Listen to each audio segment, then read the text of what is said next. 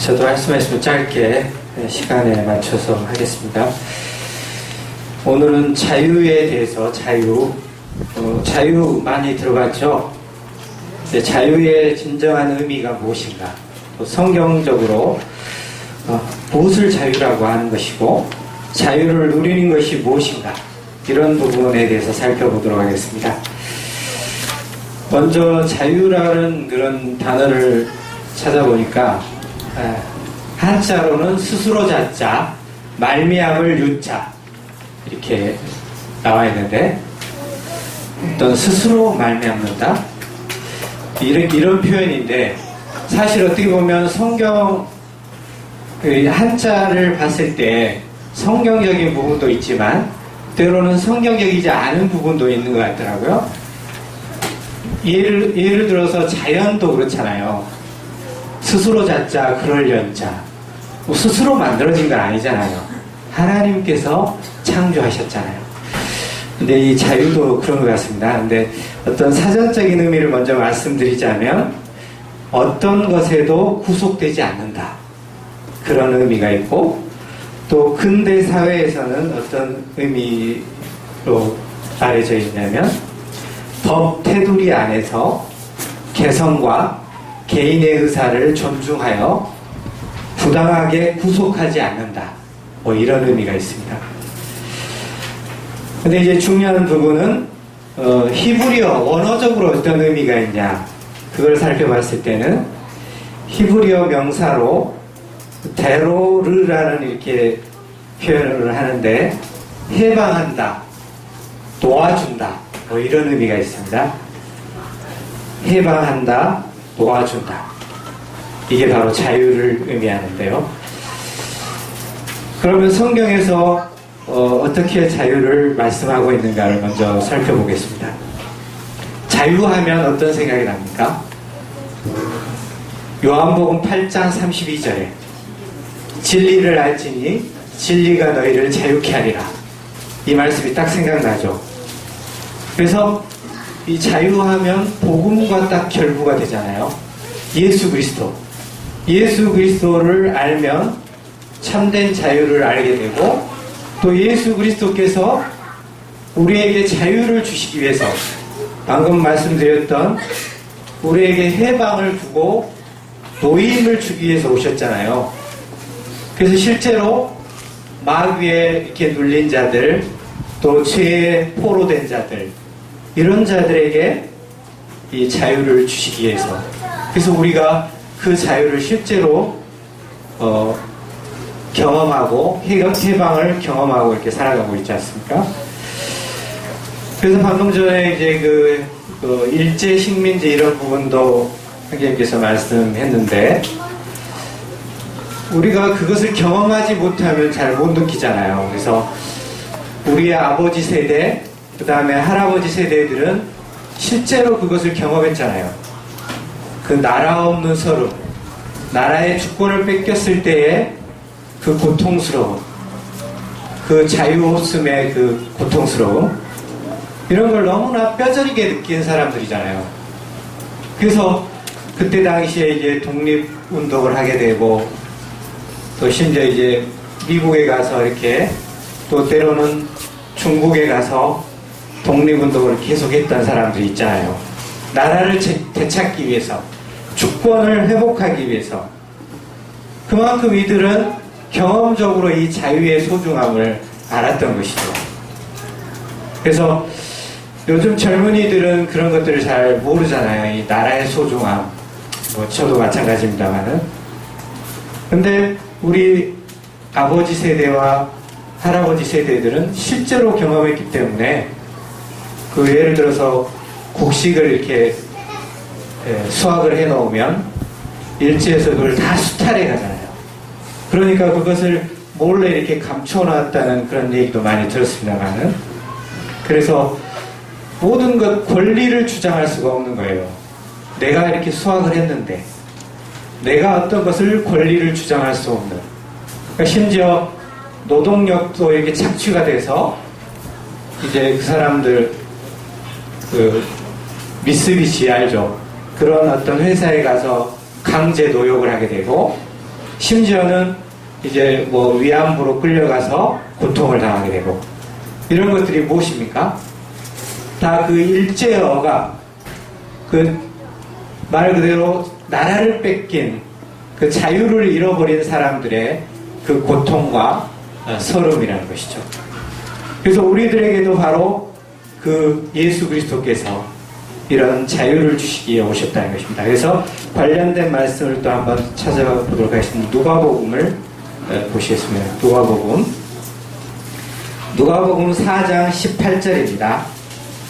이 부분은 예수님께서 직접 이사야의 글을 이렇게 인용해서 말씀하신 부분인데, 4장 18절, 주의 성령이 내게 임하셨으니 이는 가난한 자에게 복음을 전하게 하시려고 내게 기름을 부으시고 나를 보내사 포로된 자에게 자유를, 눈먼 자에게 다시 보게 함을 전파하며 눌린 자를 자유케 하고 주의 은혜의 해를 전파하게 하려 하심이라 하였더라.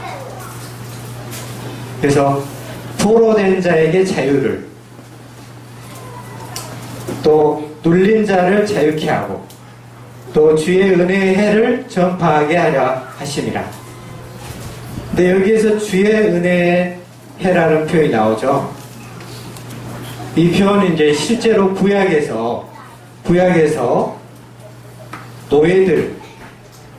노예들에게, 또 때로는 빚진 자들에게 그 노예에게 자유를 주고 또 빚을 탕감해주는 그런 규례가 있었는데, 그 제도가 바로 희년 제도입니다. 이 희년을 통해서 바로 예수 그리스도의 어떻게 오실 것에 대해서 미리 예표를 하셨는데, 바로 그 노예로부터 자유를 주시고 또 우리가 진 빚에 대해서 완전한 탕감, 바로 그 일을 예수 그리스도께서 하셨잖아요. 우리가 바로 사단의 그 손아귀에서 자유를 주셨고, 우리가 도저히 갚을 수 없는 그 허다한 죄, 그 엄청난 죄값, 그 죄값을 바로 예수 그리스도의 피로 바로 다 탕감해 주셨잖아요. 그래서 이 복음과 자유라는 이 단어는 아주 밀접한 관련이 있습니다. 그래서 우리가 이제 이 자유를 경험한 자들은 이 자유를 전파해야 되죠. 정말 사단에 눌린 자들, 죄에 눌린 자들, 이들을 생각하면 우리가 정말 아픈 마음이 있어야 돼요. 실제로 정말 불쌍히 여기는 마음이 있어야 되는 것입니다. 죽어가는 사람을 봐도 별로 느낌이 없다. 그럼 제 자신도 그렇습니다만 참 돌아봐야 됩니다. 참으로 불쌍히 여기는 마음, 얼마나 불쌍합니까? 그들이 구원받지 못하면 그들은 영원히 어떤 공간에 갇혀서 영원한 괴로움, 영원한 어두움 속에서 끊임없이 살아야 된다는 것입니다. 이것을 생각하면 얼마나 그 사람들이 불쌍합니까? 그 자유의 반대가 구속이라고 그랬죠. 억압. 그래서 우리가 죄를 지으면 어떻습니까? TV에 보면 어떤 사람이 죄를 지었으면 구속된다 그러잖아요. 그래서 그들은 자유를 박탈하고 어떤 형무소나 이런 곳에 이제 수감이 되는 것이죠. 그래서 그들은 아무리 사회적인 지위가 높았다 할지라도, 뭐 대한항공 부회장 조연아입니까? 맞죠? 그 사람도 아무리 지위가 높고 돈이 많고 자기의 권세가 있는 사람이라 할지라도 죄를 지으니까 감옥에 갇히잖아요. 자유가 박탈되지 않습니다. 그래서 우리는 이런 사실을 정말 깊이 생각하고 이 정말 포로된 자들, 죄에 눌린 자들을 생각하면서 참으로 불쌍히 여기는 마음을 가져야 된다는 것입니다. 그래서 갈라디아서 5장 1절을 또 한번 보시겠습니다. 갈라디아서 5장 1절을 오늘 형제님께서 한번 읽어주시기 바랍니다.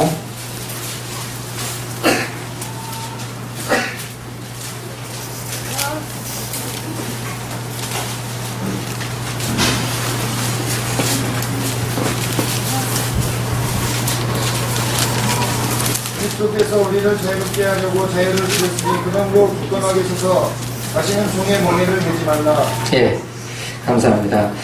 우리에게 분명한 어떤 자유를 주었는데 우리는 다시 어떤 종의 멍에 그 육신의 소욕을 쫓아서 또 때로는 사단의 그러한 요구를 쫓아서 이렇게 살지 말라는 것이죠.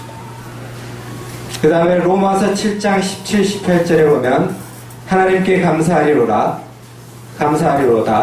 너희가 본래 죄의 종이더니 너희에게 전하여 준 바 교훈의 본을 마음으로 순종하여 죄에서 해방되어 의에게 종이 되었느니라. 이제 우리들은 죄에서 해방되어서 의의 종이 되었다는 것입니다. 그래서 이게 참 역설적인 표현입니다마는 우리가 해방되었지만 다시 우리는 의의 종, 곧 예수 그리스도의 종, 또 말씀에 순종하는 그러한 삶으로 바뀌어야 된다는 것입니다. 그래서 성경에서는 때로는 역설적으로 우리의 어떤 가르침을 줄 때가 많이 있습니다. 그래서 우리가 정말 때로는 높아지려고 하잖아요. 근데 정말 낮아질 때, 겸손할 때 그 사람을 또 하나님께서 높이십니다.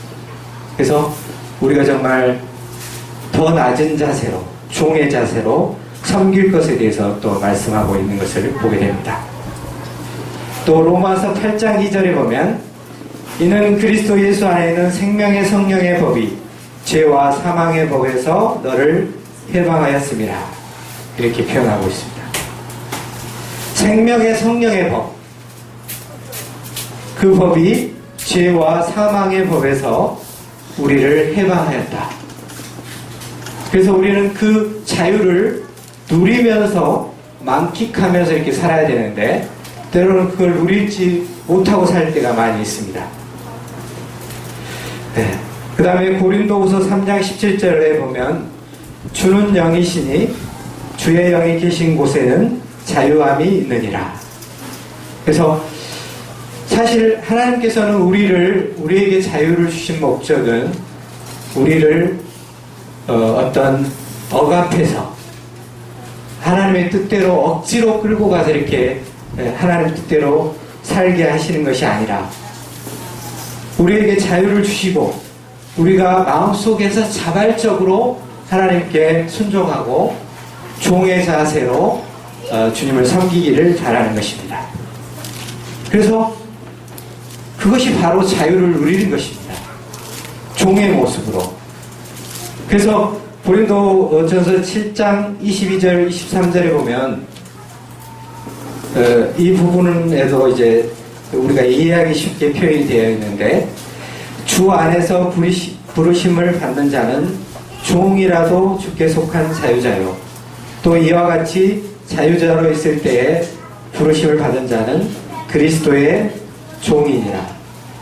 너희는 값으로 사신 것이니 사람들의 종이 되지 말라. 이렇게 표현이 되어 있습니다. 그래서 우리가 실제로 이 초대교회 당시에는 어떤 종들이 있잖아요. 제도적으로. 근데 그들이 정말 구원받은 사람이라면 어떤 실제로 신분은 종이라 할지라도 주님께서 주신 자유를 누리고 자유자라는 것입니다. 또 우리가 자유자로 있을 때 부르심을 받은 자는 그리스도의 종이다 이렇게 표현을 하고 있습니다. 그리고 너희는 값으로 사신 것이니 사람들의 종이 되지 말라 이렇게 표현했습니다. 사람들의 종이 되지 말라. 사람들의 요구대로 또 사단의 요구대로 육신의 요구대로 이렇게 살지 말라고 표현하고 있습니다. 그 다음에 이제 고린도후서 9장 19절을 어느 형제님께서 한번 찾아서 읽어주시기 바랍니다. 고린도후서 9장 19절.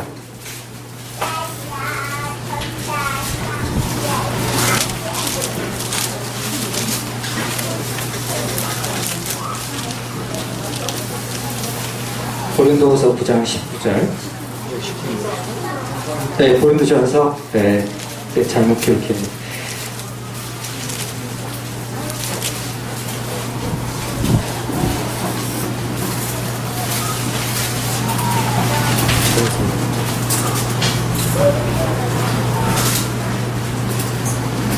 내가 모든 사람에게 자유하였으나 스스로 모든 사람에게 종이 된 것은 그 많은 사람을 얻고자 함이라. 네, 예, 감사합니다. 예. 여기 그 전에 이제 너희는 값으로 사신 것이 사람들의 종이 되지 말라 이렇게 표현했잖아요. 근데 여기에서는 모든 사람에게 종이 되는 것은 더 많은 사람을 얻고자 함이라. 이런 부분은 좀 분리해서 생각을 해야 될 것 같습니다. 그래서 우리가 사람들의 종이 아닌데 실제로 우리의 어떤 주권을 포기하고 권리를 포기하고 오히려 사람들 밑에서 그들을 섬기고 그들을 이렇게 오히려 낮은 자세에서 섬기라는 의미로 해석하면 될 것 같습니다. 그 이유는 무엇이냐면 사도 바울이 모든 사람들과 같이 되었잖아요. 율법에서 자유하지만 율법 있는 자와 같이 되었잖아요. 그리고 여기에서도 사람들의 종이 아니지만 자유한 자이지만 사람들의 종의 모습으로 섬겼습니다. 그것은 왜 그랬습니까? 더 많은 사람들을 얻기 위해서, 구원하기 위해서 그랬다는 것이죠. 그래서 우리는 우리에게 주어진 그러한 권리, 주님께서 주어진 권리, 이런 것들을 때로는 포기하고 이렇게 섬기는 자세로 이렇게 살아갈 필요가 있다는 것이죠. 그래서 성도들 안에서도 마찬가지인 것 같습니다. 내가 요구할 수 있는 권리가 있어요. 얼마든지 성도로서. 때로는 어떤 학생부 교사로서, 또 교회 장로로서, 집사로서 뭐 요구할 수 있는 권리, 권한 얼마든지 있죠. 그렇지만 그런 것들을 오히려 내려놓고 낮은 자세에서 오히려 성도들을 섬기고 학생들을 섬기고 그런 모습을 하나님께서 원하신다는 것이죠. 그래서 갈라디아서 5장 13절에도 형제들아 너희가 자유를 위하여 부르심을 입었으나 그 자유로 육체의 기회를 삼지 말고 오직 사랑으로 서로 종노릇하라. 그래서 우리는 얼마든지 이 자유를 가지고 육체의 기회를 삼을 수 있다는 것이죠. 반대로 생각해보면. 그렇지만 오히려 그 자유를 가지고 육체의 기회를 삼지 말고 사랑으로서 서로 종노릇하라. 서로 섬겨주라는 것이죠. 네. 그리고 베드로전서 2장 16절에 보면 자유하나 그 자유로 악을 가리우는 데 쓰지 말고 오직 하나님의 종과 같이 하라. 무사람을 공경하며 형제를 사랑하며 하나님을 두려워하며 왕을 공경하라. 이렇게 표현했습니다. 그래서 하나님께서 우리에게 자유를 주신 것은 우리의 마음대로, 우리 뜻대로, 우리 고집대로, 우리 생각대로 살아가는 것이 아니라 바로 하나님의 뜻대로, 말씀대로, 또 주님의 종으로, 하나님의 종으로 살라는 것을 이렇게 말씀하고 있는 것을 보게 됩니다. 그래서 우리가 우리에게 주신 그 자유에 대한 온전한 의미를 깨달으면 정말 그 자유를 누리면서 살 수 있을 것이라고 생각이 됩니다. 마지막에 갈라디아서 5장 16절을 같이 한번 살펴보도록 하겠습니다. 갈라디아서 5장 16절. 내가 이르노니 너희는 성령을 좇아 행하라. 그리하면 육체의 욕심을 이루지 아니하리라. 그래서 우리가 여전히 우리는 구원받았지만 또 자유한 자이지만 여전히 우리들 마음속에 갈등이 있잖아요. 육신이 살아있기 때문에 여전히 육신의 소욕이 일어날 때가 있잖아요. 근데 하나님께서는 참 놀랍게도 우리 구원받은 우리들에게도 자유의지를 주셨어요. 그래서 우리가 육신의 소욕을 쫓아갈 수도 있어요. 그렇지만 그것을 억제하고 바로 성령의 소욕을 쫓아가기를 원한다는 것입니다. 그래서 성령님께서도 어떤 우리의 원함이 없는데 우리를 억지로 강제로 이렇게 하나님의 뜻을 성취하지는 않는다고 보거든요. 그래서 우리의 진정한 원함이 있다면 성령께서 성령의 소욕대로 또 하나님의 일들을 우리를 통해서 이렇게 하시리라고 생각이 되어집니다. 그래서 우리가 살펴보면 하나님께서 오늘날에도 어떤 사단이 역사하게 또 유혹이 역사하게 하신 것도 사실은 엄밀히 보면 하나님의 은혜입니다. 그것을 정말 극복하고 그 소욕을 떨쳐버리고 하나님을 순종하는 게 참으로 더 가치 있고, 또 하나님께서는 기쁨과 자원함을 참으로 원하시는 것을 보게 됐습니다. 저는 하나님께서는 결코 원치 아니하시는데 하나님은 섬김을 받고자 하는 것이 아니라 정말 마음 깊숙한 곳에서 정말 우러나와서 주님을 공경하고 주님을 섬기고 싶고 주님을 영화롭게 하고 싶고 또 복음을 전하고 싶고 참 영혼들을 불쌍히 여기는 마음이 생기고 이런 것들을 참으로 원하는 걸 보게 됐습니다. 그래서 하나님께서는 정말 우리에게 자유를 주신 여러 가지 목적, 이유, 또 지금도 여전히 우리에게 자유의지를 주신 이유, 이런 것들을 생각하면서 그 하나님의 그 섬세한 배려, 하나님의 은혜, 이런 부분을 더 깊이 생각하게 됐습니다. 그래서 오늘 말씀을 정리하게 되자면 우리에게 자유를 주신 목적을 정확히 알고 우리도 자유를 선포하는, 해방을 선포하는 그 일에, 예수 그리스도를 증거하는 일에 힘써야 되고, 또 두 번째, 우리가 정말 참된 자유를 누리면서 사는 성도들이 되시기를 진심으로 바랍니다. 이상으로 마치겠습니다.